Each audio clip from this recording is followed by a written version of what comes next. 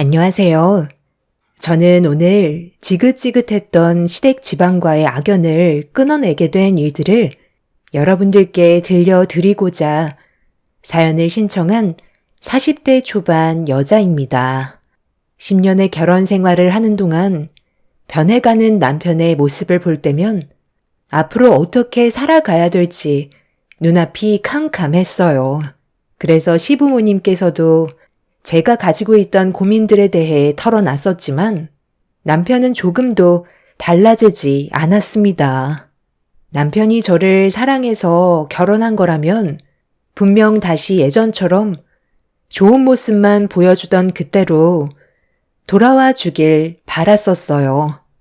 하지만 저 혼자 열심히 노력한다고 상대방이 바뀌는 건 아니더라고요. 오히려 더 막 나가려는 반대되는 행동에 점점 지쳐만 가고 있었죠. 저는 그저 8살밖에 되지 않은 이쁜 딸과 함께 행복한 가정을 이끌어가는 것 말곤 바라는 건 전혀 없었는데 그런 제 마음을 몰라주는 남편의 모습들이 너무 실망스러웠고 더 이상 함께하고 싶은 마음도 사라져 버렸었죠.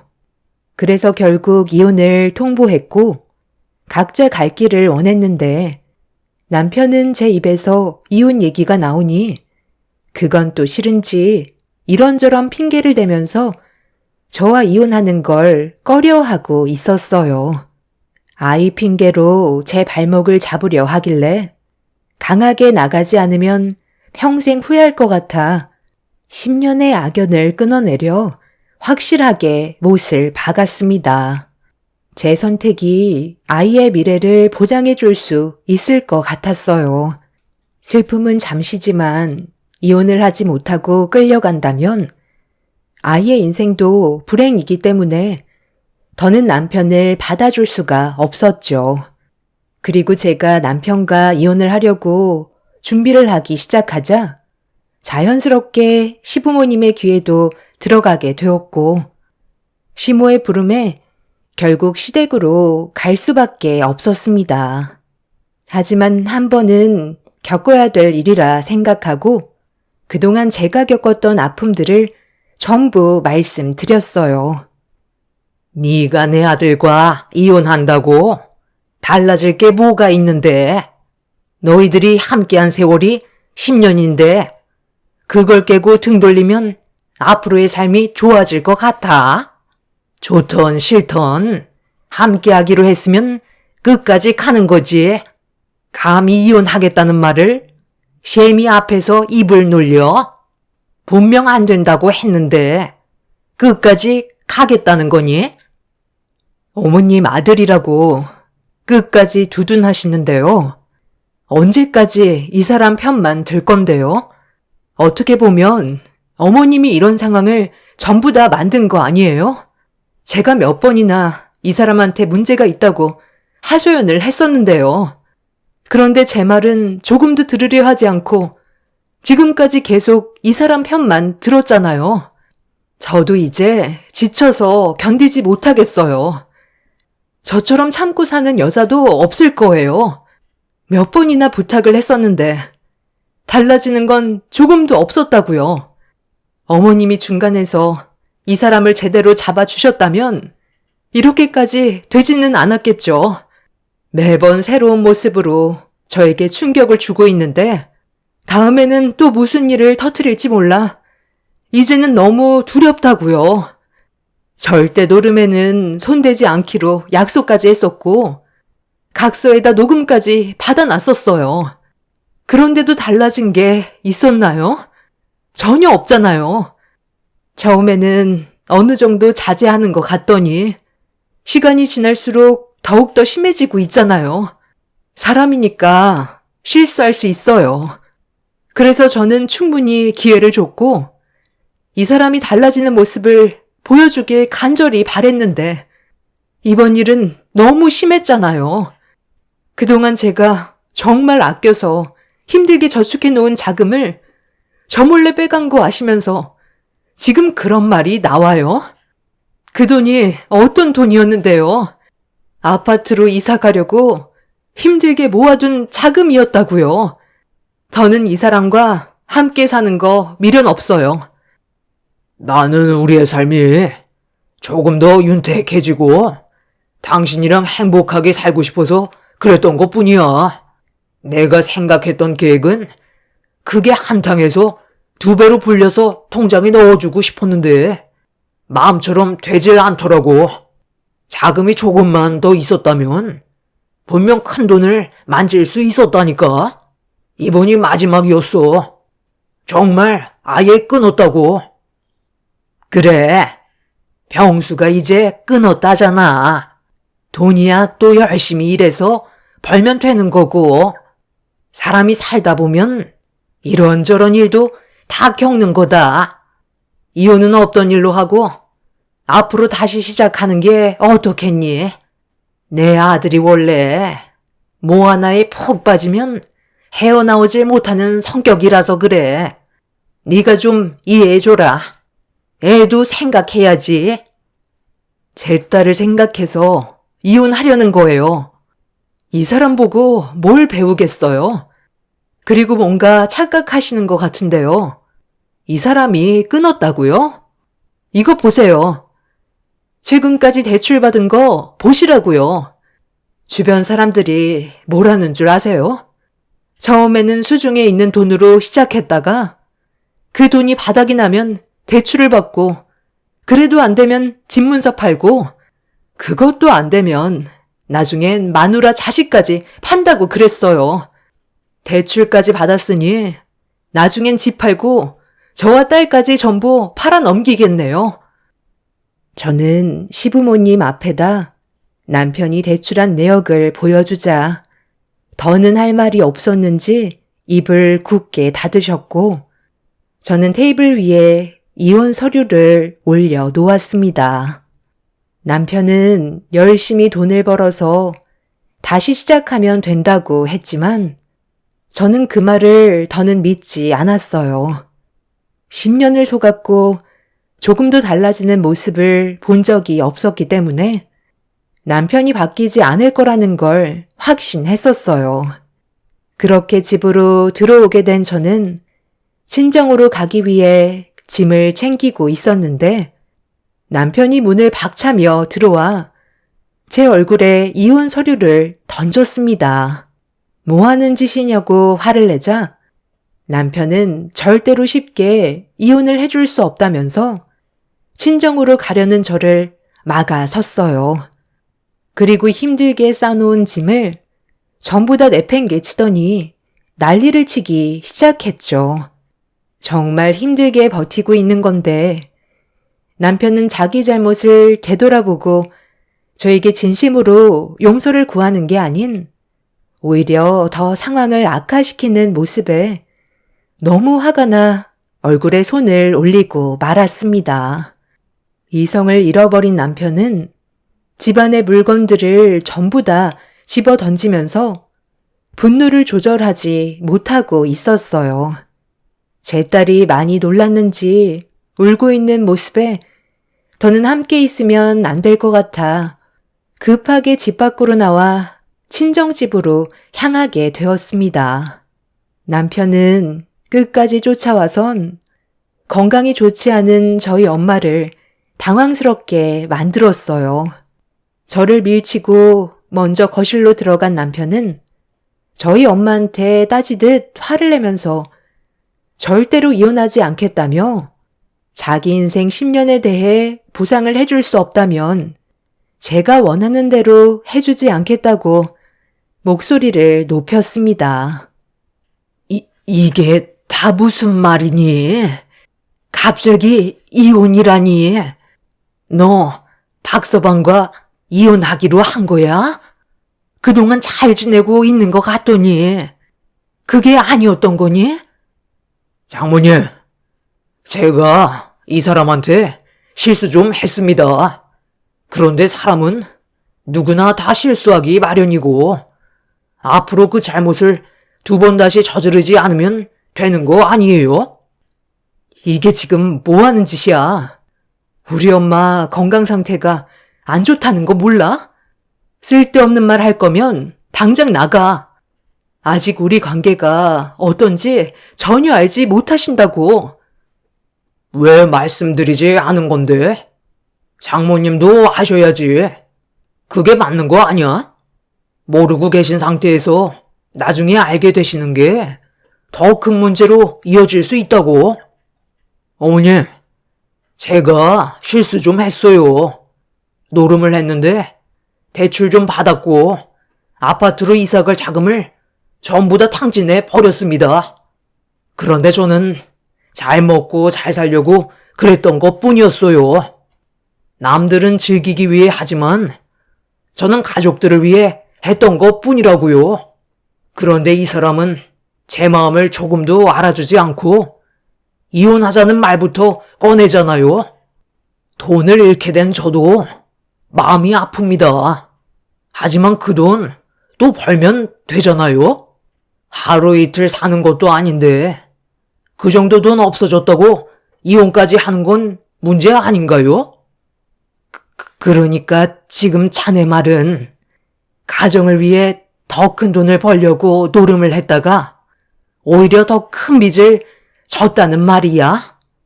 도대체 얼마나 있었는데 이 난리인 거야? 얼마 안 돼요.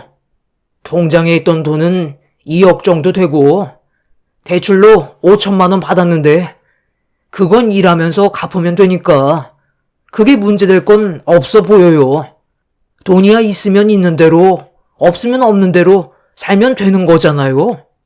입에 풀칠만 하고 살아도 전혀 지장 없는데 이혼까지 하는 건 너무 하는 거 아닌가 싶어요. 장모님이 이 사람 좀 설득해 주세요.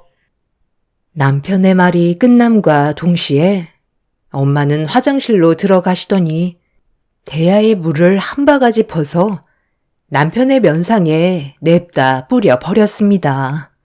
그리고 남편에게 온 힘을 짜내 소리를 질렀어요. 당장 저와 이혼하라고 화를 내셨죠. 얼굴과 온몸이 젖어버린 상태로 당황해하는 남편을 향해 또다시 물을 한 바가지 퍼부었고 엄마가 난리를 치자 남편은 꼬리를 내리고 집 밖을 뛰쳐 나갔습니다. 문 밖에서 남편은 저희 엄마의 행동을 이해할 수가 없다면서 대화로 풀어가길 원했지만 엄마는 조금도 들어주지 않으셨어요. 너무 흥분하셔서 통증이 심해지셨는지 급하게 약을 드시고 방으로 들어가 힘겹게 자리에 누우셨어요.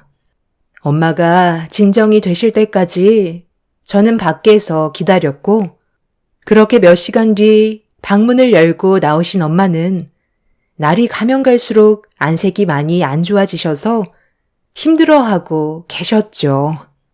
엄마는 위암 말기로 고통 속에 살고 계셔서 저희 부부 문제로 스트레스 받으실까봐 전혀 내색하지 않고 엄마한테 숨기고 있었어요. 세상 떠나실 날이 얼마 남지 않으셨는데 괜한 걱정 끼쳐드리고 싶지 않았습니다. 그런데 남편은 엄마의 몸 상태가 어떤지 뻔히 알면서 앞뒤 가리지 않고 문제를 더 크게 만들었어요. 이 일로 인해 엄마는 지속적으로 스트레스를 받으셨습니다. 엄마는 침착하게 저희 부부 관계가 어쩌다 이렇게까지 됐는지 물어보셨고 어쩔 수 없이 모든 걸 털어놓을 수밖에 없었습니다.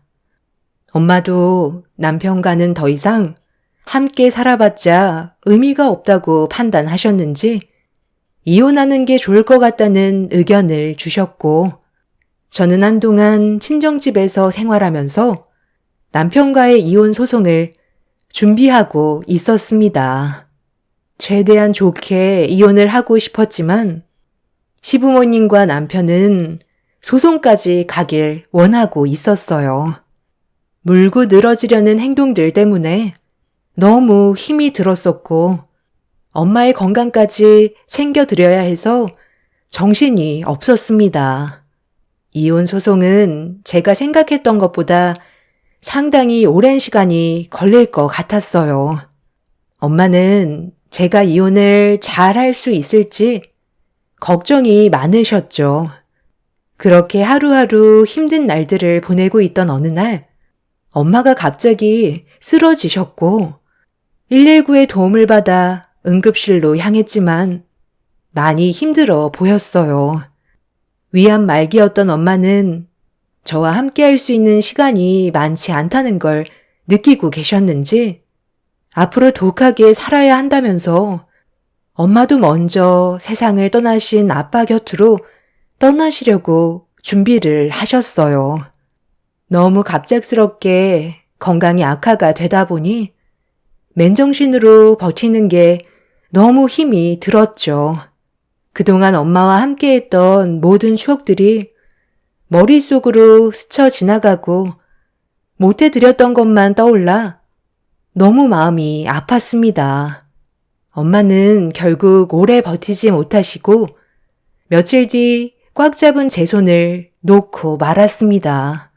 엄마가 제 곁을 떠나셨다는 게 믿어지지가 않을 만큼 큰 충격을 받았고 헤어나올 수 없는 슬픔에 잠겨 오열을 하고 있는데 이 소식을 들은 시댁 식구들이 장례식장으로 찾아왔어요.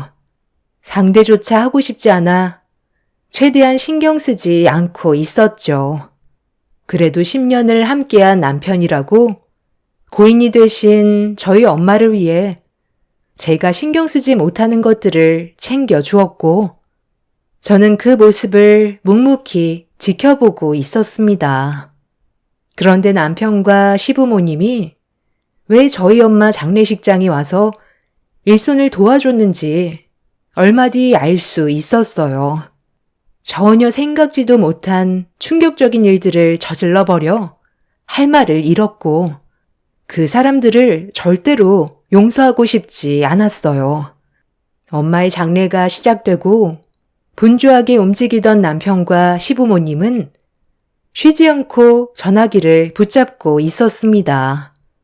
무슨 일인지 정확히 알 순 없었지만 불안한 마음을 떨쳐낼 수가 없었어요. 그리고 몇 시간 뒤 모르는 분들이 한두 분 오시더니 상당히 많은 분들께서 끊임없이 장례식장으로 들어오셨습니다. 알고 보니 남편과 시부모님의 지인분들이었고 조용했던 엄마의 장례식은 상당히 시끌벅적해지고 있었죠. 그때까지만 해도 남편이 어느 정도 정신을 차리고 제대로 된 집안의 가장 역할을 해주려는 건지 착각하고 있었어요. 하지만 그 착각도 늦은 저녁이 되었을 때 왜 많은 사람들을 장례식장으로 불러 모았는지 알 수 있었습니다. 온몸이 지쳐있는 상태에서 엄마 영정사진 앞에 힘겹게 앉아 있었는데 잠깐 외출을 했던 시부모님과 남편이 큰 가방 하나를 가지고 들어왔어요. 그 모습을 멍하니 바라보고 있었는데 남편과 시부모님이 조이금함 앞에 앉아 무언가를 가방 안에 집어넣고 있었습니다. 저는 힘든 몸을 천천히 일으켜 무슨 일이냐고 남편한테 물어보는데 시부모님이 저를 가로막으시곤 다짜고짜 조이금을 전부 다 가져가겠다는 말을 하셨어요. 갑자기 그게 무슨 말이에요? 아직 장례식도 끝나지 않았는데 지금 뭐 하시는 거예요?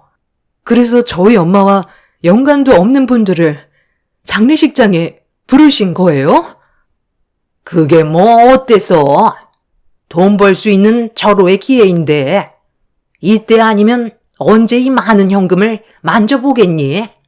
어차피 거의 다 내 아들 평수 조문객이니까 전부 다 우리 거지. 너희들 이혼할 건데 서로 조심할 필요 없잖아. 지금 상황에서 이혼하면 불리한 건 우리 쪽인데 생돈 나가기는 아깝고 어느 정도 돈은 마련해야 되니까 너희 사돈 세상 떠났을 때 이용 좀 한 것뿐인데 이게 문제될 상황은 아니잖아. 아직까지 법적으로 너희들은 부부니까 어떻게 하든 상관없지. 이혼 소송 들어가면 나는 너한테 위자료를 줘야 될 텐데 나는 위자료를 받지도 못하잖아. 그리고 내가 너랑 함께 살아온 세월이 10년이야. 그동안 마음 편히 돈 써본 적이 없이 저축만 하고 살아왔었는데 나도 이참에 제대로 된 돈 좀 만져보면 안 되는 거야? 우리 계산은 똑바로 해야지. 그러니까 애초부터 네가 잘했으면 이런 일도 없잖아. 남편 대접 안 해주고 돈 좀 썼다고 이혼이나 하자고 억지를 부리고 있는데 내가 언제까지 당하고만 있을 거라 생각했어? 그래서 지금 엄마 장례도 끝나지 않았는데 조이그만 털고 있는 거야? 당신이 정말 끝을 보려고 작정했구나. 내가 아예 정신이 나가길 바라고 그러는 거지? 나도 양심이 있지. 설마 여기에 있는 돈 다 가져가겠소? 이 사람은 내가 모르는 사람인데 꼴랑 3만 원이 뭐냐? 최소한 5만 원은 넣어줘야 하는 거 아니야? 너랑 관계된 사람 같은데 이런 쫌팽이 같은 사람과는 인연을 만들지 않는 게 좋아. 너한테 득되는 게 하나도 없는 사람이라니까. 이건 너 가져가라. 남편은 저에게 돈 봉투를 던졌고 조이금을 가방 안에 전부 다 털어 넣었습니다. 너무 어이가 없어 할 말을 잃어버렸던 저는 그 모습을 멍하니 바라만 보고 있었죠. 시부모님께서는 가방 안에 들어가 있는 돈 봉투를 보곤 상당히 들떠 있으셨는지 여행 한번 다녀오자면서 서로 웃으며 떠들고 있었습니다. 남의 초상집에서 조금의 예절도 지키지 않는 그 사람들을 더 이상 용서해주고 싶지 않았어요. 남편은 바닥에 떨어져 있는 조이금 봉투를 주워 들더니 3만 원은 돈도 아니냐면서 썩은 미소로 저에게 다시 건네주길래 건네받은 뒤 남편의 면상을 향해 사정없이 휘둘렀어요. 시부모님은 뭐 하는 짓이냐고 강하게 밀치길래 넘어지지 않기 위해 시모의 옷을 강하게 잡았는데 그 순간 주머니가 터지면서 무언가 바닥으로 우수수 떨어졌어요. 상당히 많은 열쇠가 바닥에 펼쳐졌고 시모는 당황한 얼굴로 바닥에 떨어져 있는 열쇠를 급하게 주워 담더니 남편 보고 다 끝났으면 빨리 떠나자며 재촉하고 있었습니다. 이상한 느낌을 받은 저는 시모의 옷을 잡고 도망치지 못하게 만들었어요. 바닥에 떨어져 있던 열쇠들은 조이금함을 열 수 있는 열쇠들이었습니다. 어떻게 시부모님의 손에 들어갔는지 알 수는 없었지만 제가 그 시댁 식구들을 보내면 더 큰 피해가 생길 것 같아 도와달라고 비명을 지르면서 시모를 악착같이 붙잡았습니다. 남편은 제가 시모한테서 떨어지지 않으려 하자 마음이 급했는지 저에게 발길질을 했고 시부 또한 저를 향해 사정없이 발로 차기 시작했어요. 온몸이 부서질 것만 같은 고통이었지만 이를 악물고 그 사람들을 붙잡았습니다. 장례식장 안에 소란스러워지자 관계자분들과 장례를 치르고 있던 다른 분들이 모여들면서 저를 도와주셨어요. 그리고 잠시 뒤 경찰의 도움을 받아 남편과 시부모의 행동에 대해 조사를 하기 시작했고 충격적이게도 남편의 차에는 몇 개의 가방이 추가적으로 더 발견이 되었습니다. 그리고 그 안에는 상당히 많은 양의 조의금이 쏟아져 나왔죠. 알고 보니 관리실에 있던 열쇠를 몰래 훔쳐서 상주가 잠깐 자리를 비운 곳만 돌아다니며 조의금을 훔친 거였어요. 모두가 지쳐있는 상태에서 잠깐 잠이 들었을 때의 기회를 노려 범행을 저지른 거였죠. 모두의 허점을 노린 남편과 시부의 과감한 행동은 각 장례식장 안을 비추고 있는 CCTV를 가리는 치밀함까지 보이고 있었습니다. 결국 시부모와 남편은 법적인 처벌을 면하지 못하는 처지가 되어버렸고 도망치기 위해 저에게 발길질을 멈추지 않았던 그 사람들에게 상해죄를 물어 위자료 청구 소송과 남편과 이혼까지 일사천리로 진행을 할 수가 있었습니다. 엄마의 장례식장이 끝난 이후 큰 피해를 보게 될 뻔했던 다른 상주분들께선 저에게 금전적인 보상을 해주려 했지만 받지 않았어요. 저도 똑같이 당할 뻔한 처지였고 누구라도 그 상황이었으면 똑같이 했을 거라 생각했기 때문에 보상을 받지 않았죠.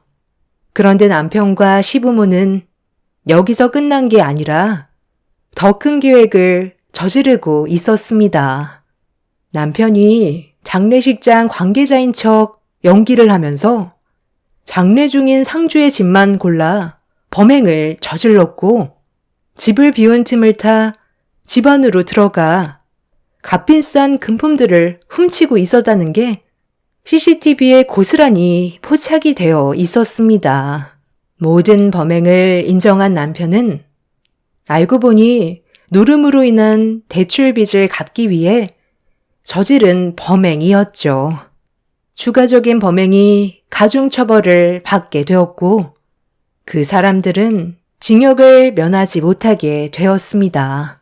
저 또한 남편과 엮여있는 모든 걸 정리하고 다른 지역에서 새 출발을 하려는데 10년 전에 남편과 결혼을 했을 때의 반지가 서랍에서 발견이 되었어요. 모든 상황들이 너무 정신이 없이 흘러가서 하고 싶은 말도 하지 못해 면회를 하게 되었죠. 이게 뭔 줄 알아? 당신이랑 내가 10년 전에 함께 주고받았던 결혼 반지야.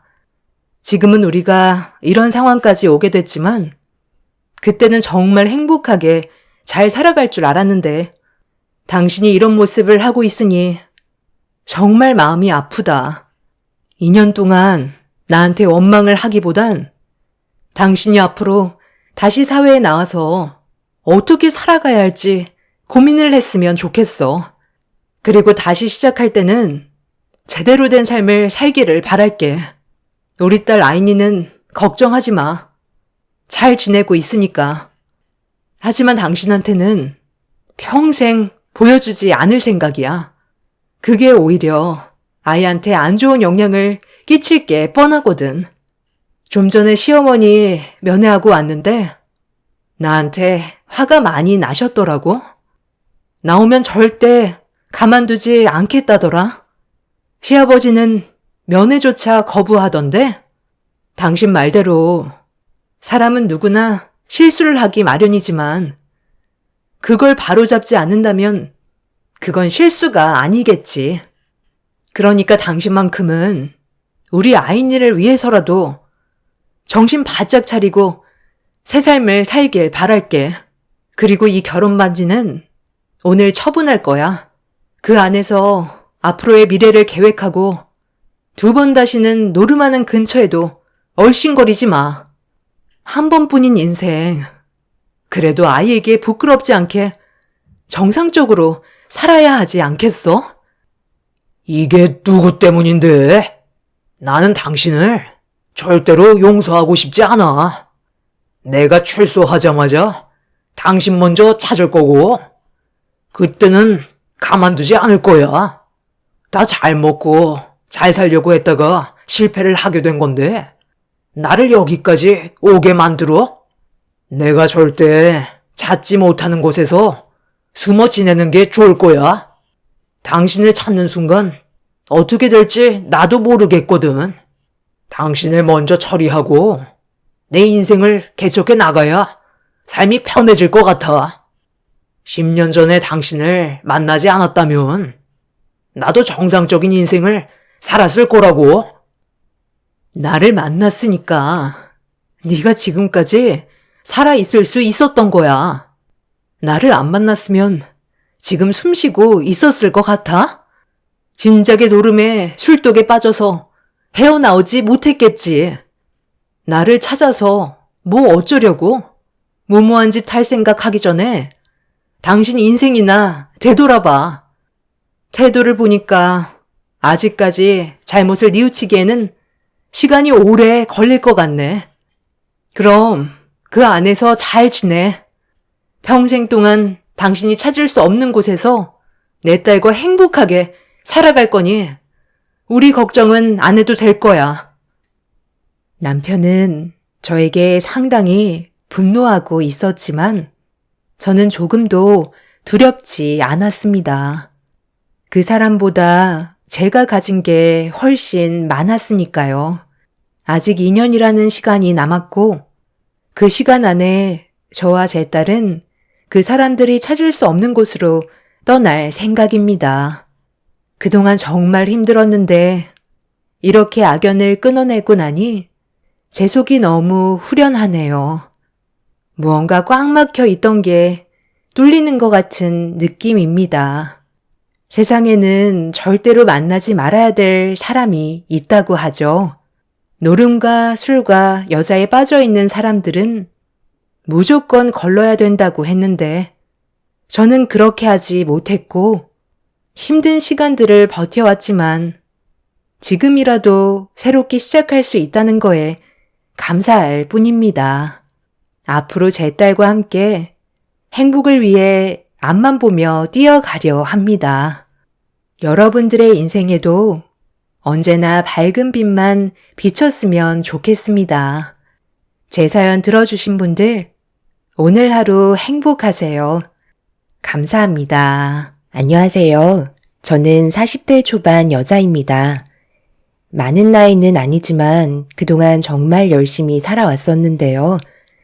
최근에 제 눈앞에 펼쳐진 광경을 보게 되면서 제 인생을 다시 되돌아보게 되는 계기가 되었고 많은 변화가 찾아왔네요. 저는 8년 전에 남편과 결혼을 하고 시댁으로 들어가서 살 수밖에 없는 불가피한 상황을 겪을 수밖에 없었어요. 남편이 시부모님의 과수원 일을 도우며 살아왔었기 때문에 저와 따로 나와 살기에는 여러 가지로 걸리는 게 많았어요. 근처의 집 하나 구해서 일을 할 때만 과수원에 나와 시부모님을 도우면 된다는 그런 단순한 문제가 아니었기 때문에 장기적으로 봤을 때 많은 어려움들이 있었죠. 저도 시댁에서 생활하는 걸 꺼려했고 이 문제로 남편과 많은 갈등이 있었습니다. 이런 상황 속에 제가 시댁에 들어가 살기로 결심하게 된 결정적 이유는 시부모님께서 저를 정말 딸처럼 잘 대해주신 행동들에 대해 감사해서 남편과 함께 과수원 일을 돕기로 결정하게 되었죠. 그렇게 저는 남편과 함께 과수원 일을 돕기 시작하긴 했지만 문제는 시골 생활을 해본 적이 없던 저였기 때문에 처음에는 적응하기가 쉽지가 않았어요.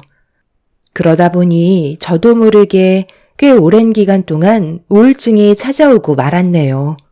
시부모님과 남편이 옆에서 힘들어하는 저를 관심 가져주고 옆에서 많은 노력을 해주신 덕분에 힘겹게 이겨낼 수 있었고 어느새 저도 자연스럽게 가수원집 며느리가 돼 있었습니다.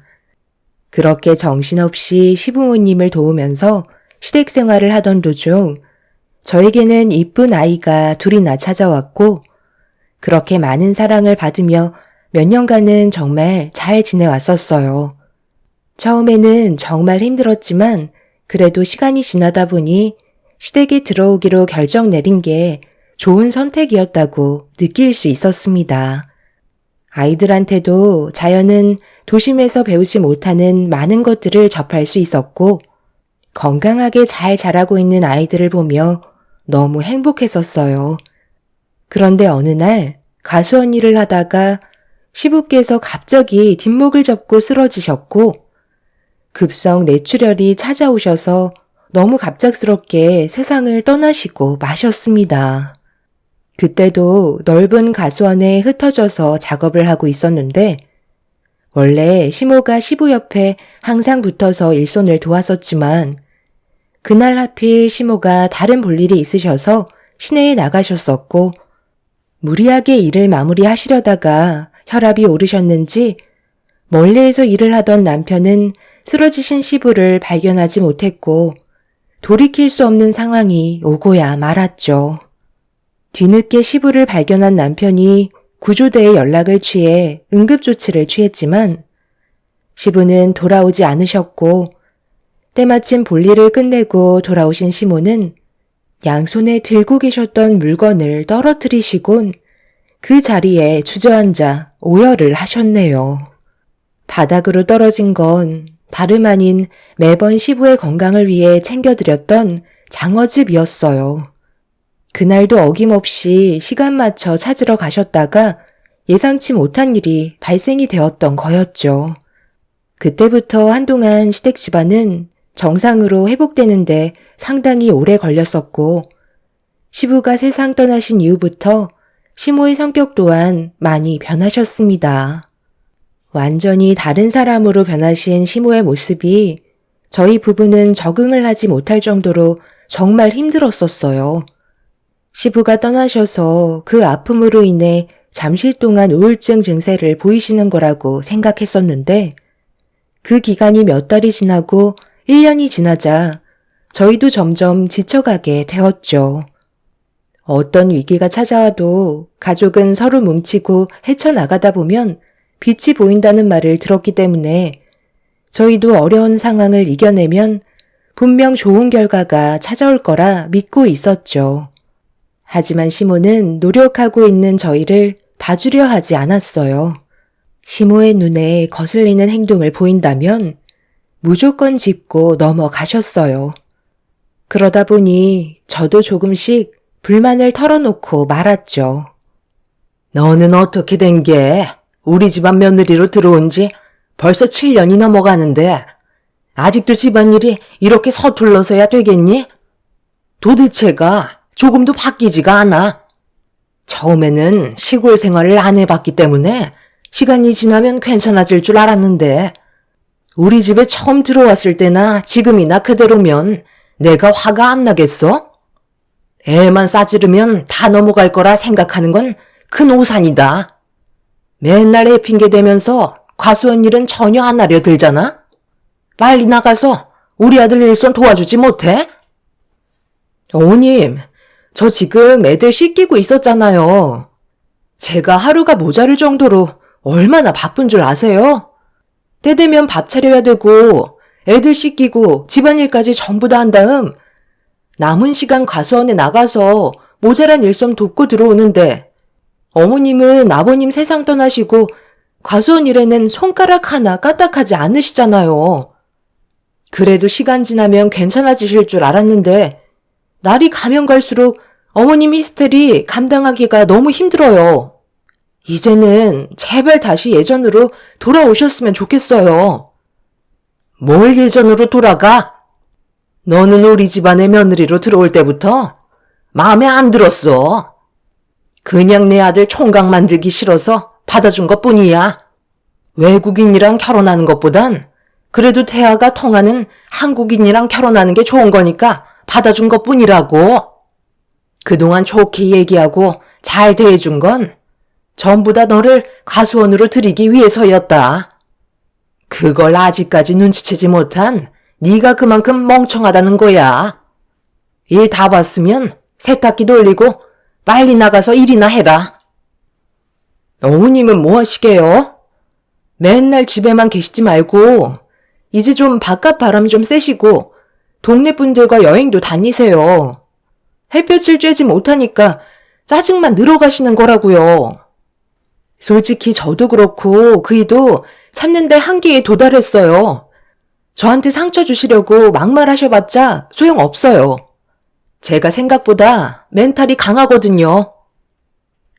시모는 저에게 어떻게든 상처를 주려 하셨고 그런 모습이 이골이 났던 저도 시모의 말에 반박하면서 불만 섞인 말투를 던지게 되었습니다. 시모는 그런 저를 보며 더욱더 크게 화를 내셨지만 아랑곳하지 않았어요. 그렇게 시모를 대하는 감정이 점점 안 좋은 쪽으로 위기가 흘러가면서 시모와의 대화에 목소리가 높아지는 걸 느낄 수 있었습니다. 이러다 언젠가 크게 터질 것 같은 불안한 느낌이 들었지만 저도 참는 데는 한계가 있어 결국 과수원에서 남편의 일손을 돕고 들어오다가 돌발 상황이 생기고 말았습니다.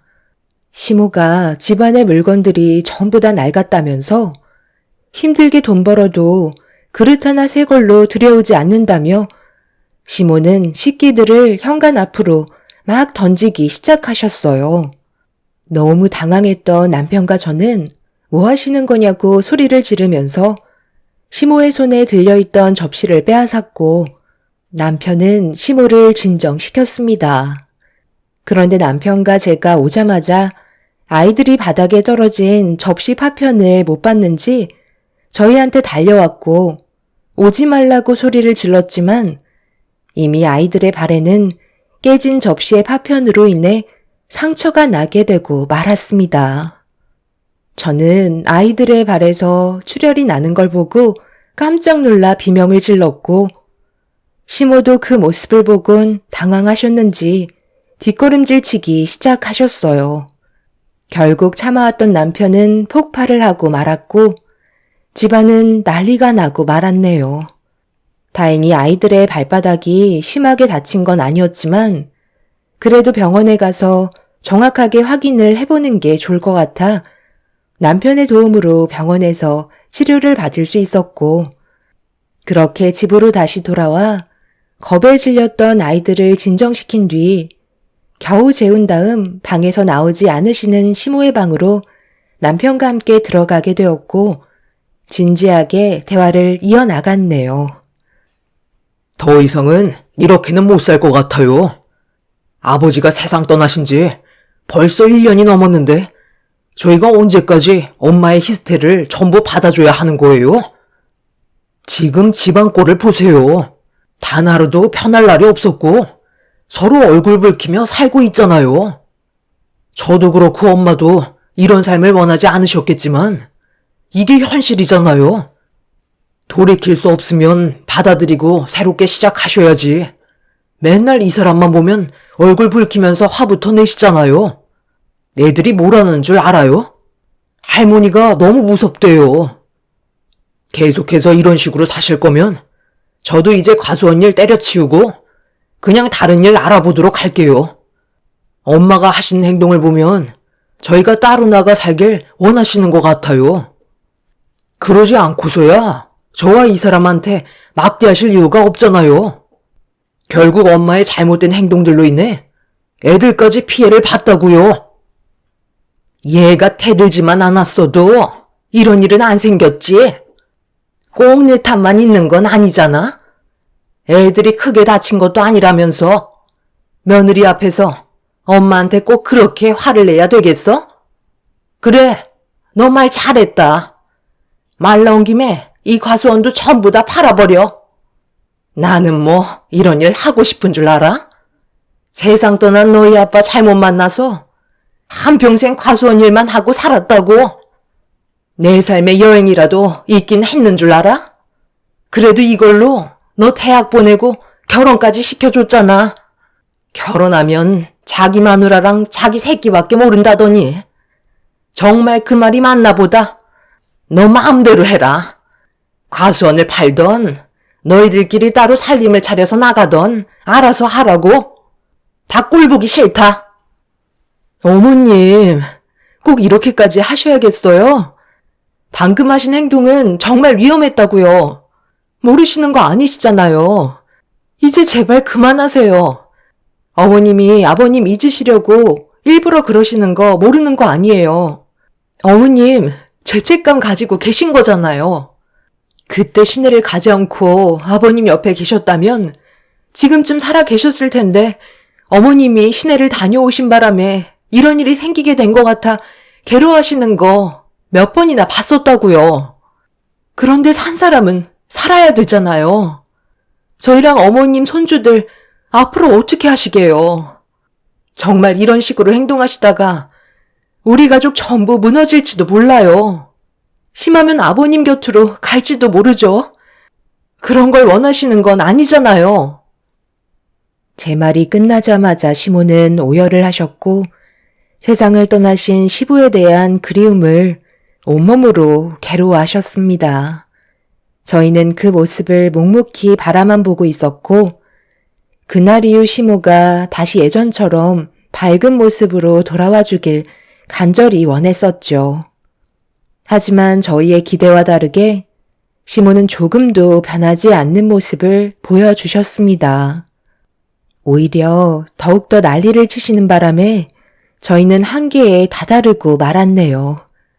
아이들이 옆에 있는데도 입에 담지 못할 온갖 막말을 퍼부으셨고 그런 모습을 지켜보던 남편은 정신적으로 문제가 생긴 것 같다면서 아무래도 병원에 입원하는 게 좋을 것 같다는 결정을 내리고 말았습니다.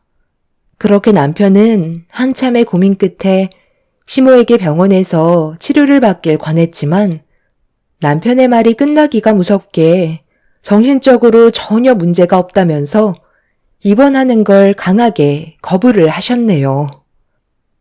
이제는 하다하다 키워준 어미를 정신병원에 입원시키려 들어? 너희 아빠가 이 사실을 알았다면 가만뒀을 것 같아? 이제 네 마누라랑 살겠다는 거지? 무슨 말을 그렇게 하세요? 엄마의 상태가 점점 심각해지시니까 더 나빠지기 전에 해결 방법을 찾으려는 거잖아요. 저는 이런 결정이 좋아서 했겠어요? 어머님, 이제 그만 좀 하세요. 이 사람이 그동안 얼마나 많은 고민을 했는지 아세요? 오죽했으면 이런 결정을 내렸겠냐고요. 어머님만 변하시면 저희 가족 아무 문제 없어요. 저번에도 말씀드렸잖아요. 이제 털어버리고 저희와 새롭게 시작하자고 했는데 어머님은 오히려 그때보다 지금 더 난리를 치고 계세요. 나는 정신 멀쩡하고 지금 이대로 사는데 아무런 문제 없다. 한 번만 더 내 앞에서 병원에 입원하라는 둥 얘기하면 그때는 우리 모두 저 세상 갈 줄 알아. 남편이 정신병원에 입원하는 게 좋을 것 같다고 말씀드리자 시모는 절대 입원하지 않겠다며 집안의 물건들을 잡히는 대로 집어 던지셨고 그 모습을 묵묵히 바라보고 있던 남편은 계획대로 결국 시모를 정신병원에 입원을 시키고 말았습니다. 끝까지 가지 않겠다며 동네가 떠나갈 정도로 난리를 치셨지만 결국 시모는 입원을 하게 되셨고 그 모습을 지켜보던 남편은 주저앉아 오열을 하게 되었네요.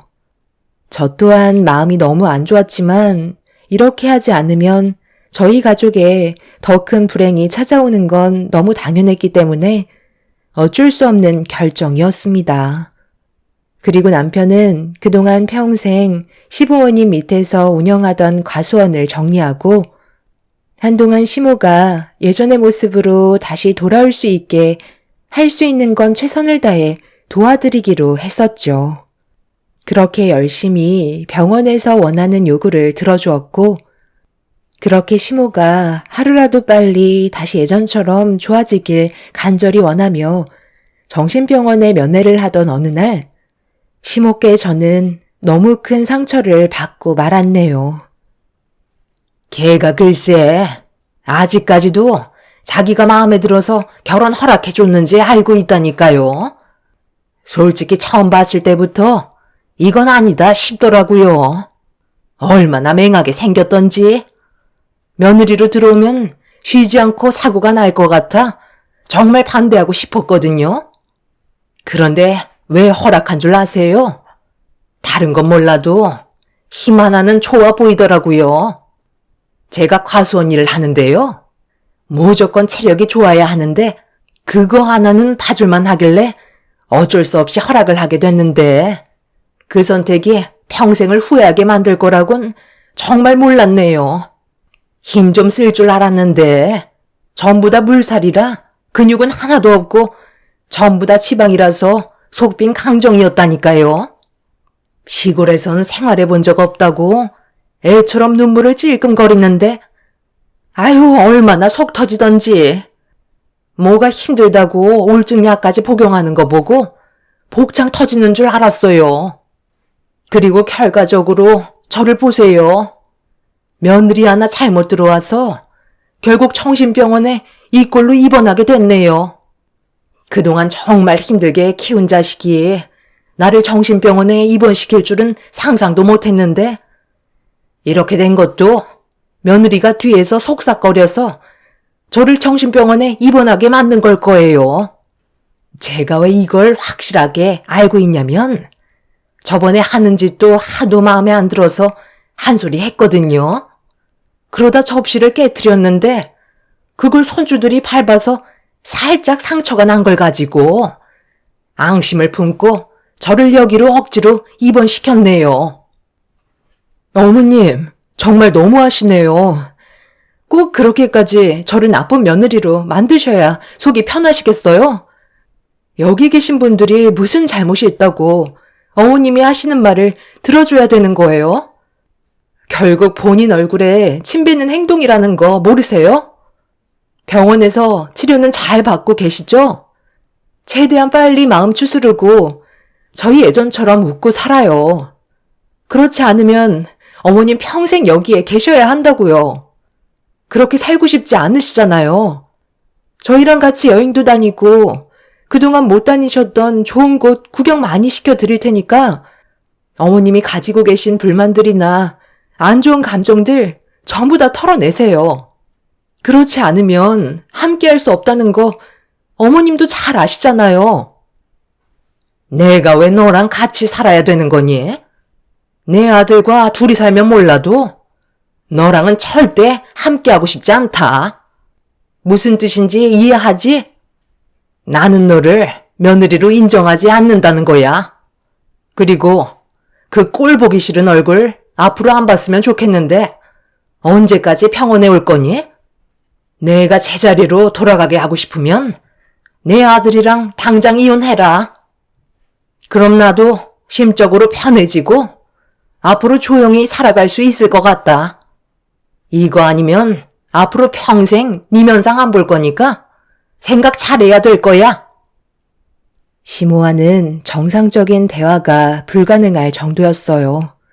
대화가 이어질 수 없다 보니 점점 얼굴을 붉히게 되더라고요. 그래서 어쩔 수 없이 저는 당분간 병원을 오지 않겠다고 결심하게 되었고, 시모에게 인사를 드린 뒤 다시는 오지 않겠다며 등을 돌렸는데, 그 순간 제 등 뒤에서 무언가 떨어지듯 쿵 하는 소리가 병실에 울려 퍼졌고, 고개를 돌려 확인을 하자마자 급하게 간호사를 부르게 되었네요. 시모가 갑자기 쓰러지셔서 너무 당황하고 말았어요. 한동안 깨어나지 못하고 계신 시모를 지켜보던 의사는 정밀검사가 필요할 것 같다는 의견을 주셨고, 뒤이어 남편이 병원에 도착을 하면서 시모의 건강 상태에 대해 심각한 대화를 주고받고 있었습니다. 그래서 시모의 정밀검사 진행을 위해 정신을 차리신 뒤 큰 병원으로 옮겨 정밀검사를 진행하게 되었고, 시모는 제가 찾아와서 급격한 스트레스를 받은 것뿐이라며 저만 사라지면 된다는 쓸데없는 말만 계속해서 늘어놓으셨습니다. 투덜거리시면서 정밀검사를 끝낸 시모는 제 얼굴이 보고 싶지 않다며 커튼을 치셨고, 그 모습을 보며 한숨을 쉬면서 남편이 병실로 들어오길 기다리고 있었습니다. 그렇게 얼마의 시간이 흐르고 남편이 병실 문을 열며 들어왔는데 안색이 상당히 좋지 않았어요. 비틀거리며 걸어온 남편은 닫힌 커튼 앞에 서더니 갑자기 눈물을 쏟아내기 시작했고, 남편의 목소리를 들은 시모는 저와 당장 이혼하고 둘이서만 살자는 말을 꺼내셨네요. 그 말을 듣고 있던 남편은 병실이 떠나갈 정도로 화를 내면서 그만 좀 하시라고 소리를 질렀고, 닫혀있던 커튼이 처지던 그 순간 화들짝 놀란 시모를 바라보며 남편이 뱉은 한마디에 시모 인생에 날벼락이 치게 되었네요. 너 지금 뭐라고 그랬니? 다시 한번 말해봐라. 아니지? 내가 잘못 들은 거지? 나는 누구보다 건강하고 지금까지 살면서 병치레 한 적 거의 없을 만큼 얼마나 건강했는데 나보고 그 말을 믿으라는 거야? 너 괜히 나 겁주게 하려는 거지? 그래봤자 소용없다. 이런다고 내가 며느리한테 다시 잘해줄 것 같아? 제발 정신 좀 차리세요. 이제 엄마한테 주어진 시간이 얼마 남지 않았다고요. 지금 얼마나 심각한 상황인 줄 아시면서 그런 말이 나와요? 의사도 고개를 흔들 정도면 끝난 거나 마찬가지라고요. 그러니까 제가 아버지께서 갑자기 세상을 떠나셨을 때 엄마도 건강검진 받아보자고 몇 번이나 말씀드렸는데 제 말 무시하고 고집을 부리시더니 결국 이게 뭐예요? 만약 그때 발견이 됐다면 이런 일도 없었을 거라고요. 다시 한번 확실하게 얘기해 드려요. 엄마 지금 췌장암 4기 판정 받으셨어요. 크기도 4cm가 넘었고 이미 다른 장기에도 전이가 된 상태라 항암 치료는 소용없다는 판정을 받았다고요. 당장 수술을 한다 해도 깨어나지 못할 가능성이 많다고 하셨어요. 앞으로 길면 3달이고 짧으면 1달이라는데 엄마는 끝까지 이렇게 행동하실 거예요? 저는 남편의 입에서 시모가 췌장암 4기 판정을 받았다는 말이 나오는 순간 가슴이 철렁 내려앉았고 시모는 현실을 받아들이지 못하고 계셨어요. 그렇게 한참 동안 멍하니 아무 말 없이 남편을 바라보시다가 결국 눈물을 왈칵 쏟아내고 말았네요. 남편에게 정말 방법이 없냐고 물어봤지만 별다른 해결책이 없는지 고개를 절레절레 흔들었고 신변 정리를 하는 게 훨씬 더 좋을 거라는 말을 꺼내었네요. 모든 결정은 시모께 있었어요. 병원에서 조금의 기적이라도 바란다면 항암 치료와 수술을 진행해야 되는 거고 그걸 원치 않으시면 집으로 돌아가셔서 주변 정리를 하셔야만 했죠. 시모는 한참의 고민 끝에 항암 치료가 아닌 주변 정리를 택하셨고 다시 집으로 돌아오신 시모는 대문 앞에 서서 멍하니 과수원을 둘러보셨습니다. 순식간에 분위기가 변해버리신 모습을 보니 저도 너무 마음이 안 좋더라고요. 자신에게 주어진 시간이 얼마 남지 않았다는 걸 알았을 때 그때의 기분이 어떨지 저는 감히 짐작할 수 없지만 곁에서 시모의 모습을 지켜보는데 저도 모르게 눈물이 왈칵 쏟아져 내렸습니다. 불과 몇 시간 전까지만 해도 저를 잡아먹을 듯이 난리를 치시던 모습은 사라지셨고 온몸에 기력이 없어 보이셨네요. 누구나 한 번쯤은 마지막 순간을 경험하겠지만 그때가 오기 전까진 자신이 언제 세상을 떠날지 모르기 때문에 정신없이 살다 보면 어느새 까먹기 마련이죠. 지금의 순간을 감사하지 못한 채 현실을 부정적으로만 바라보신 시모는 많은 걸 후회하시는 것 같아 보였어요. 시모는 시부와 결혼을 하시고 한평생 과수원을 벗어나지 못하셨는데 집에 들어가지 않으시고 그동안 함께했던 많은 추억이 담긴 과수원을 묵묵히 걸으셨습니다. 그 전에는 잘 몰랐는데 혼자 외롭게 걷고 계신 뒷모습을 보니 너무 작아 보이셨고 한편으론 저희가 시모에게 너무했나 싶은 생각도 들더라고요. 한참 동안 남편과 저는 과수원을 걷고 계신 시모의 뒤를 천천히 따라가면서 함께했던 추억이 담긴 공간이 얼마나 소중했는지 다시 한번 느낄 수 있었습니다. 힘든 날도 많았지만 시부가 함께 있을 때 서로 웃으며 행복했던 날들이 훨씬 더 많았기 때문에 저희 가족에겐 너무나도 소중한 공간이었어요. 시모는 그렇게 한참 동안 앙상한 가지만 남은 과수원을 걸으시다가 집으로 들어가셨습니다. 그리곤 거실에 앉으시더니 저희도 자리에 앉으라며 손짓을 하셨네요.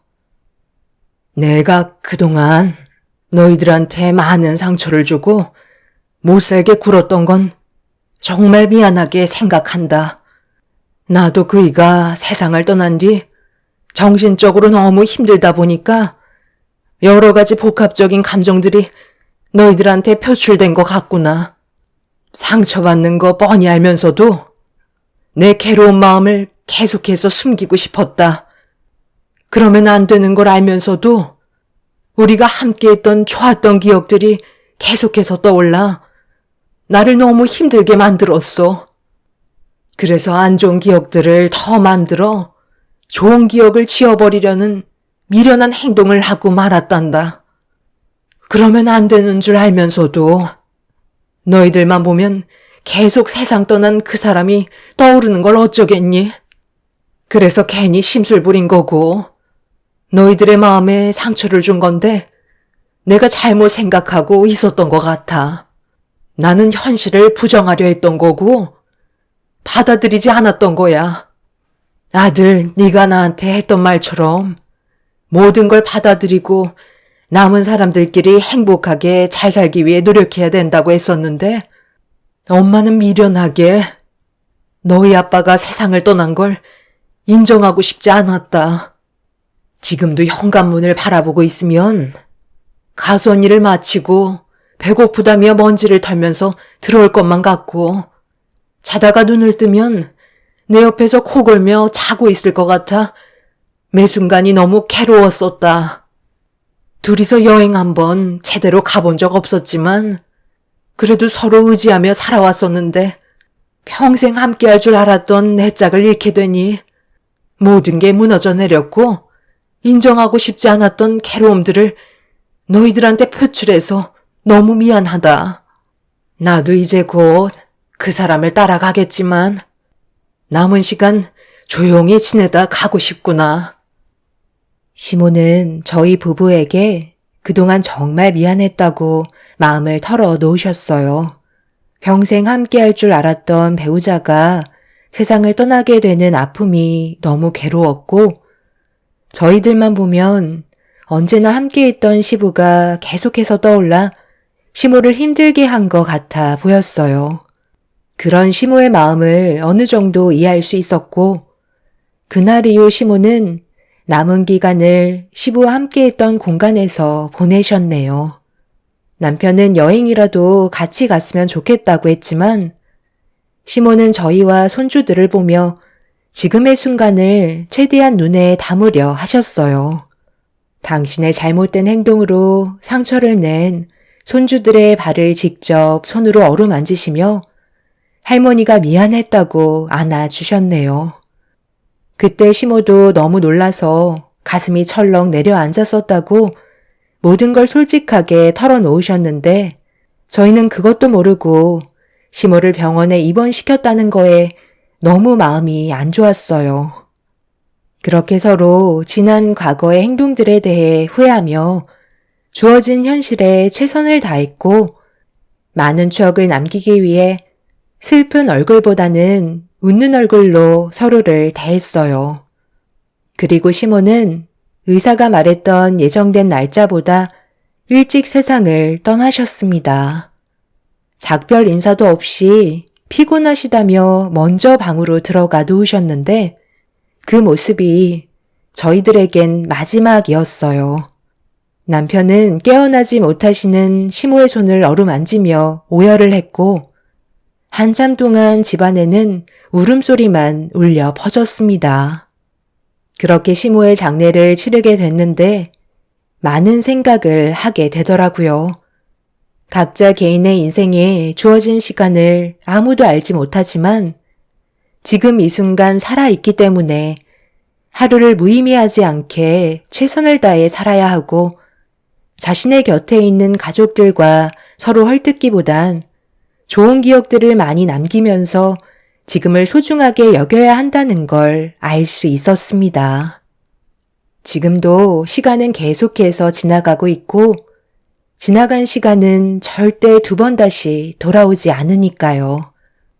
여러분들께서도 지금 이 순간 가족이나 사랑하는 배우자에게 좋은 말 한마디씩이라도 해준다면 그날은 행복한 날로 기억에 남을 겁니다.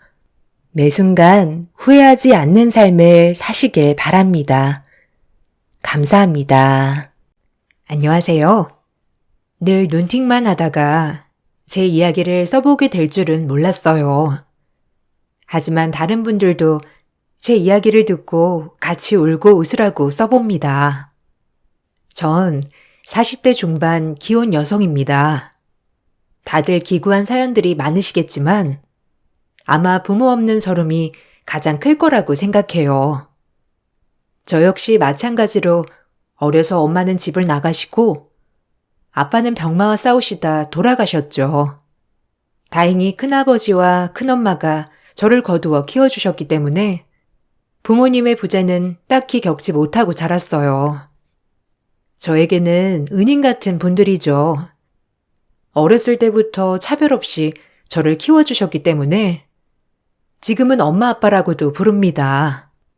하지만 큰아빠와 큰엄마는 저에게 눈치를 절대 주지 않으셨지만 내심 어려서 혼자만의 슬픔은 늘 간직하고 살았던 것 같아요. 그래서 저도 모르게 성인이 된 지금까지도 남들 눈치를 좀 많이 보는 편이 되었죠. 그러던 중 저는 친구의 소개로 지금의 남편을 만나 결혼을 준비하게 되었어요. 아무래도 불안정한 가정 울타리에 있다가 온전히 내 가정을 꾸리는 것이 소원이었던 저는 너무 행복한 나날이었죠. 큰아빠와 큰엄마도 같이 좋아해 주셨습니다. 네가 어긋나지 않고 잘 자라줘. 너무 고맙다. 너네 아빠도 살아있어. 이 모습을 봤다면 기뻐했을 텐데. 뭐가 그리 급하다고. 큰아빠랑 큰엄마한테 제일 고맙죠. 그래도 저 이렇게 걷어주시고 학교도 다 보내주시고 아빠 엄마 아니었으면 지금 이 자리까지 오지도 못했을 거예요. 저 이렇게 곱게 키워주셔서 감사합니다. 잊지 않을게요. 정말로 늘 감사드려요. 아휴, 언제 이렇게 커서 결혼까지 한다고. 너 키우면서 그래도 하나도 힘들지 않았어. 유진이 네가 얼마나 마음이 여리고 착했는지. 오히려 엄마랑 아빠가 너 키우면서 배운 게 많아. 아무쪼록 결혼하게 되더라도 자주 와야 해. 막상 결혼을 한다고 하니 어려서 키워준 큰 부모님께 너무 고마운 마음뿐이었어요. 아무리 핏줄이라도 절 거두는 게 쉽지 않았을 텐데 지금도 매우 고맙게 생각하고 있어요. 그리고 저는 결혼을 준비하게 되었습니다. 하지만 예상하셨다시피 온전한 부모가 없는 저를 시어머니는 매우 싫어하셨어요.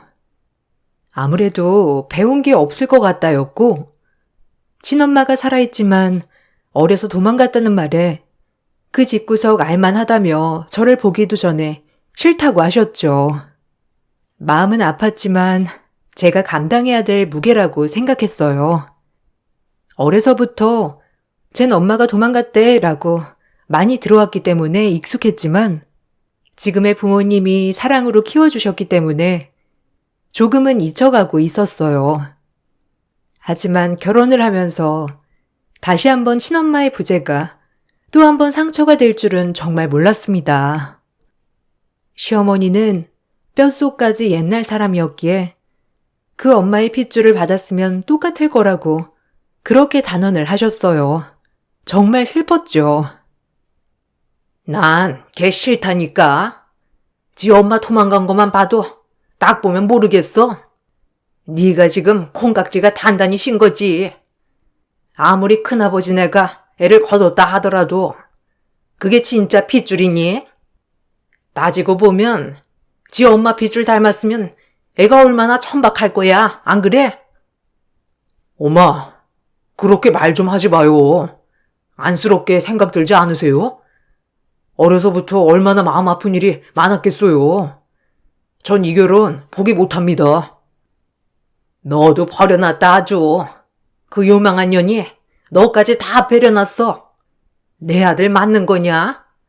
내가 널 어떻게 키웠는데 아빠도 없이 홀로 너 하나만 바라보고 엄마 이렇게 늙은 거 안 보이냐? 그런데도 네가 내 기대를 저버리고 그깟 년이랑 결혼을 하겠다는 거야? 년 하지 마요. 듣기 싫어. 내 인생 내가 선택하겠다는데 왜 왈가왈부 하시는 거예요? 아무리 그러셔도 전 포기 못해요. 그래, 너 죽고 나 죽자 아주. 어미 앞에서 못하는 말이 없지? 어디서 네 인생이란 말이 나와? 내가 널 어떻게 키웠는데? 엄마, 그거 집착이에요. 전 절대 유진이 포기 못해요. 엄마가 유진이 보면 분명 마음이 바뀌실 거예요. 얼마나 착한 앤데. 남편의 완강한 표현에 결국 어머님 두 손 두 발 들으셨고 저흰 결혼을 하게 되었어요.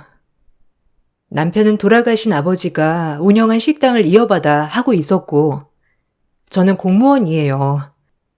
남편은 자영업, 저는 안정적인 직업이어서 결혼해도 큰 걱정을 하지 않았어요. 하지만 어머님이 저를 정말 너무 미워하시는 통에 매일이 살얼음판 같았죠.